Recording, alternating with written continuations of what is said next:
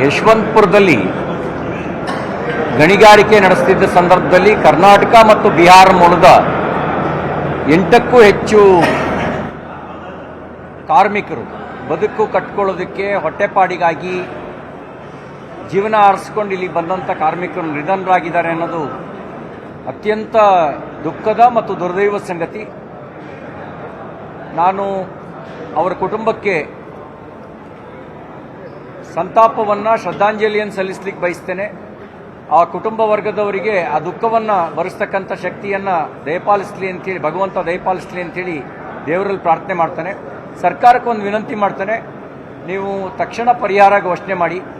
ಅದು ನಿನ್ನೆ ಮಂಗಳೂರಿನಲ್ಲಿ ಮಳೆಯ ಸಂದರ್ಭದಲ್ಲಿ ಗೋಡೆ ಮತ್ತು ಮನೆಯ ಮಾಡು ಕುಸಿದು 3 ಜನ ನಿಧನರಾಗಿರ್ತಕ್ಕಂಥ ಕುಟುಂಬಕ್ಕೆ, ಇವತ್ತಿನ ದುರ್ಘಟನೆಯಲ್ಲಿ ನಿಧನರಾಗಿರ್ತಕ್ಕಂಥ ಕುಟುಂಬಕ್ಕೆ ಅವರಿಗೆ ತಕ್ಷಣ ಪರಿಹಾರದ ಘೋಷಣೆಯನ್ನು ಮಾಡಬೇಕು ಅಂತ ಹೇಳಿ ಆಗ್ರಹಿಸ್ತೇನೆ. ಇದರ ಜೊತೆಗೆ ಗಣಿಗಾರಿಕೆ ನಡೆಯೋ ಸಂದರ್ಭದಲ್ಲಿ ಗಣಿಗಾರಿಕೆ ಈಗಾಗಲೇ ನಿಯಮಗಳನ್ನು ರೂಪಿಸಿದೆ. ಅದೇನೋ ವೈಲೇಷನ್ ಆಗಿದೆಯಾ ಅನ್ನೋದರ ಪರಿಶೀಲನೆ ಮಾಡಬೇಕು. ಉಳಿದ ಕಡೆಗಳಲ್ಲೂ ಇಂಥ ಅನಾಹುತಗಳಾಗದಂತೆ ತಡೆಯೋದಕ್ಕೆ ಅಗತ್ಯ ಇರುವಂಥ ಮುನ್ನೆಚ್ಚರಿಕೆ ಕ್ರಮವನ್ನು ಕೈಗೊಳ್ಳಬೇಕು ಅಂತ ನಾನು ಆಗ್ರಹಿಸ್ತೇನೆ. ಇದು ಅಕ್ರಮವಾಗಿ ನಡೀತಾ ಇರೋದು ಅಷ್ಟೇ ಸೋಮಶೇಖರ ಕ್ಷೇತ್ರ ಶಾಸಕರು ಹಿಂದೆ ಚಿರತೆ ಹತ್ತೋಗಿತ್ತು. ಆಗಲೂ ಕೂಡ ಅರಣ್ಯ ಸಚಿವರಿಗೆ ನೇರವಾಗಿ ಮನವಿ ಮಾಡಿದ್ರು, ಪ್ರಯೋಜನ ಆಗಿಲ್ಲ ಅಂತ ಅವರು ಈಗಾಗಲೇ ಬಹಿರಂಗವಾಗಿ ಹೇಳಿದ್ದಾರೆ. ಅಕ್ರಮ ನಡೀತಾ ಇದ್ರೆ ಬೆಂಗಳೂರಿನಲ್ಲರೂ ವಿಧಾನಸಭೆಯ ವಿಧಾನಸೌಧದ ಕೂಗಳತೆ ದೂರದಲ್ಲಿರೋದು ಅಕ್ರಮವಾಗಿ ನಡೀತಾ ಇದೆ ಅಂದರೆ ಅಕ್ರಮಕ್ಕೆ ಕುಮ್ಮಕ್ಕಿಲ್ದಲೇ ಗಣಿಗಾರಿಕೆ ನಡೆಯಕ್ಕೆ ಸಾಧ್ಯ ಇಲ್ಲ. ಆಳುವವರ ಕುಮ್ಮಕ್ಕಿಲ್ಲದೆ ಅಕ್ರಮ ಇಲ್ಲಿ ನಡೆಯಲಿಕ್ಕೆ ಸಾಧ್ಯನೇ ಇಲ್ಲ. ಆಳುವವರೇ ಅಕ್ರಮವಾಗಿ ನಡೀತಿರೋ ಗಣಿಗಾರಿಕೆ ಆಗಿದ್ರೆ ಅದರ ಹೊಣೆಯನ್ನು ಸರ್ಕಾರವೇ ಹೊತ್ಕೊಳ್ಬೇಕು.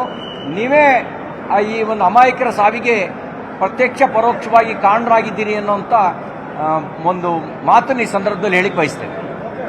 ಇನ್ನೊಂದು KPSC ಹಗರಣ, ನಾವು ವಿಧಾನ ಪರಿಷತ್ನಲ್ಲಿ ಸಾಕಷ್ಟು ಚರ್ಚೆ ನಡೆಸಿದ್ವಿ. KPSC ಹೇಗೆ ಒಂದು ಭ್ರಷ್ಟಾಚಾರದ ಕೂಪ ಆಗಿದೆ ಅಂಥೇಳಿ. KPSCನಲ್ಲಿ ಹೇಗೆ ಹಣದ ಆಧಾರದಲ್ಲಿ, ಜಾತಿ ಆಧಾರದಲ್ಲಿ, ನಿಂತಸ್ತಿಕೆ ಆಧಾರದಲ್ಲಿ, ಪ್ರಭಾವದ ಮೇಲೆ ಉದ್ಯೋಗ ಕೊಡಲಾಗುತ್ತೆ ಅನ್ನುವ ಮಾತನ್ನು ಹೇಳಿದ್ವಿ. ಈಗ ಇಷ್ಟೆಲ್ಲ ಎಚ್ಚರ ವಹಿಸಿದ ನಂತರವೂ ಕೂಡ ಅಕ್ರಮದ ಪರಂಪರೆ ಮುಂದುವರೆದಿರ್ತಕ್ಕಂಥದ್ದು ಗಂಭೀರವಾಗಿ ಆಲೋಚನೆ ಮಾಡಬೇಕಾಗಿರೋ ಸಂಗತಿ.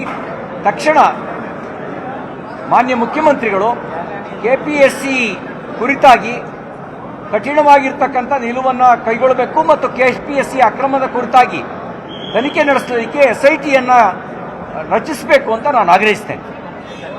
ನಿರ್ಭೀತ, ನಿಷ್ಪಕ್ಷಪಾತ, ವಿಶ್ವಾಸಾರ್ಹ ಸುದ್ದಿಗಳಿಗೆ ಮತ್ತೊಂದು ಹೆಸರಾಗಿರುವ News18 ಕನ್ನಡ ಈಗ ಆಪ್ನಲ್ಲೂ ಲಭ್ಯವಿದೆ. ದಯವಿಟ್ಟು ಇಲ್ಲಿರುವ QR ಕೋಡ್ ಅನ್ನು ಸ್ಕ್ಯಾನ್ ಮಾಡಿಕೊಂಡು ಆಪ್ ಡೌನ್ಲೋಡ್ ಮಾಡೋದಕ್ಕೆ ಮರಿಬೇಡಿ. ನಿಮ್ಮ ಬೆಂಬಲ ಹೀಗೆ ಸದಾ ನಮ್ಮೊಂದಿಗಿರಲಿ. ಧನ್ಯವಾದ.